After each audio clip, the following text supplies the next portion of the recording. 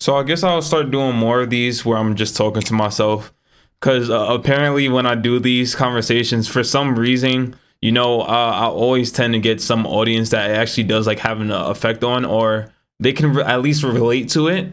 So I do feel like I will just continue doing this for a little while, since I won't be able to fucking video edit anyways. I'll just keep it real for you guys and just talk this way. Like, as far as like what I want to talk about for right now, or for today at least, is just like the fact of viewing people that surround you, whether it's siblings, other family, friends, and like seeing them suffer, like in some sense, whether it's like mentally or financially, whatever else it may be. I'm not gonna lie, that shit does hurt. It hurts. And like it's been hurting so much more in the past few months, because like that was the main reason my mother passed away. It was mainly because of stress. It was just a lot that she could not handle, and I did try my best to help with that. But there's only so much you can do, at least in certain perspectives. That's how it seems. Because I could have I could have done more, but who's to say how much more I would have needed to do to provide that help. And so I just, like, literally in the past hour, I don't know what's going on, but like all three of my siblings, they called me like back to back. None of them live with each other, and they just all consecutively called me. We don't speak on the phone that often, but they called me back to back this morning, bro. And talking with each one of them, I'm not gonna lie, like it makes me fucking sad. It makes me frustrated. It makes me feel some type of like some feeling that I can't really describe, because I want to help, but I don't know what help I can provide or how much of the help I can actually do, because again, there is only but so much I can do. And let's say God forbid I am to pass away, it's like it's limited. I can't decide how much I can help them out. Let's say if I want to help out with money financially in the future or something, I cannot guarantee that. Or if it's mentally, and like they're handling certain things on their own, and like I try to want to be there for them, it's hard for me to do that, because I also have to figure things out for myself as well.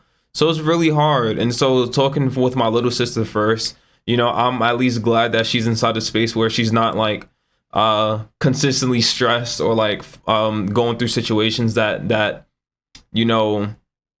makes her feel negative.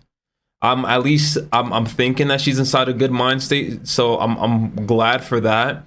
But talking to my other two siblings, it's pretty fucked, because like honestly, right now, within the housing market, within our economy in general, with hourly wages, it's pretty fucked, man. The shit is fucked up. It's like, it's bad. It is bad. Like, if you did not go to college and you didn't just like get a job off rip. No, even if you do go to colleges, there's a lot of people that end up going to colleges. I know a couple people, and they get back into working, and they're not getting paid shit. And if you didn't go to college, it's even worse. $10 a fucking hour, bro. What the fuck is that? Do you know how much, bro? Like, for a one bed, one bath, bro, that shit is basically like a band now. It's like $1,000. Like, if you're gonna find a bare minimum, and that's if you're trying to live on your own. Of course, you could do like, you can rent with somebody else, be a roommate, but you're still gonna pay, like, the total rent is still crazy. It's fucking ridiculous. And if you don't already have something established inside an hourly wage right now, I feel like it's hard for you, like really hard for you. Not only for the people inside my family, but other people as well. If you're trying to get established, it's kind of hard to not have, like, for you to be able to be comfortable and have enough money in your pocket, and like, do things that you enjoy, quote unquote. I feel like you have to get towards doing your own thing, like your own form of commission, your own form of work, whether it's doing hair, having a skill set that you can actually work on. Because if not to say you're fucked, but like, it's kind of hard. You definitely need to work like a full-time, possibly a part-time. That's if you have crazy expenses, which is most people. A lot of people, you don't learn about budgeting. You don't learn about how to keep your expenses low and stuff. So a lot of people are struggling with higher expenses, and another way to combat that is to just lower your means of life, lower your expenses, only do the things that you really enjoy about, only get the things that you really care for, and then it will be a lot easier to handle day-to-day life with even an hourly job. But again, a lot of people aren't like that. You get into purchasing a car that you're financed that you don't really need. You could just get a cheaper car that that, you know, at least runs and is well, you can get from A to B. But a lot of people don't think of that way. It has to be up to a certain standard. And I honestly believe now, I did fall into that rut. Like I pay a car loan right now, but I want to get rid of it. But if you're not a car enthusiast, it does not fucking matter. It doesn't matter what type of car you have. Who cares if it's ugly? Who cares if it's like a different body type of, bro, as long as it gets you to point A and B, doesn't matter. Same thing with clothing.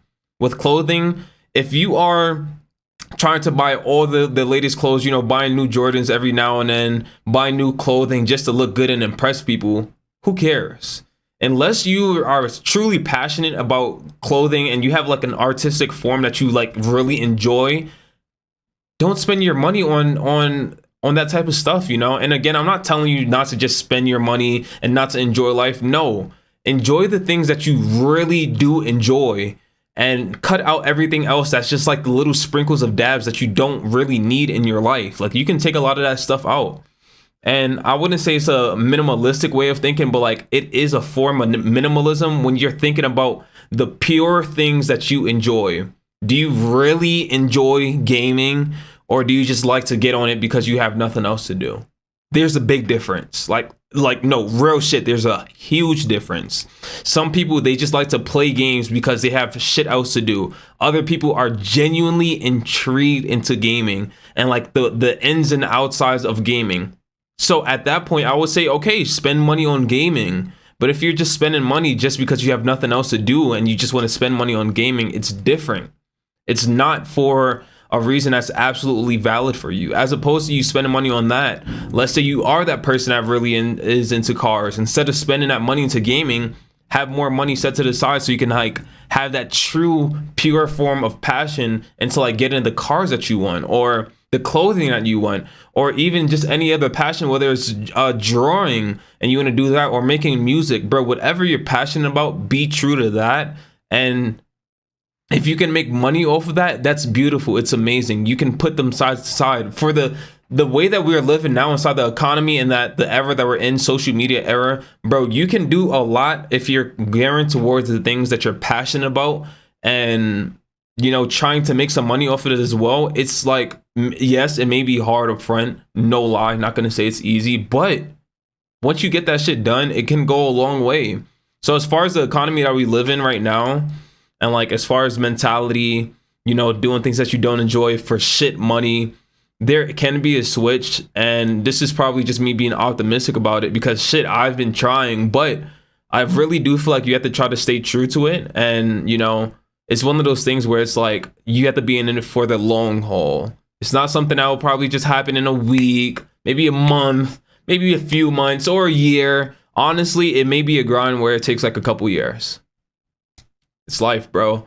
And at the end of the day, it's just like, as long as you can get to a point where you're satisfied eventually, why not do it, right?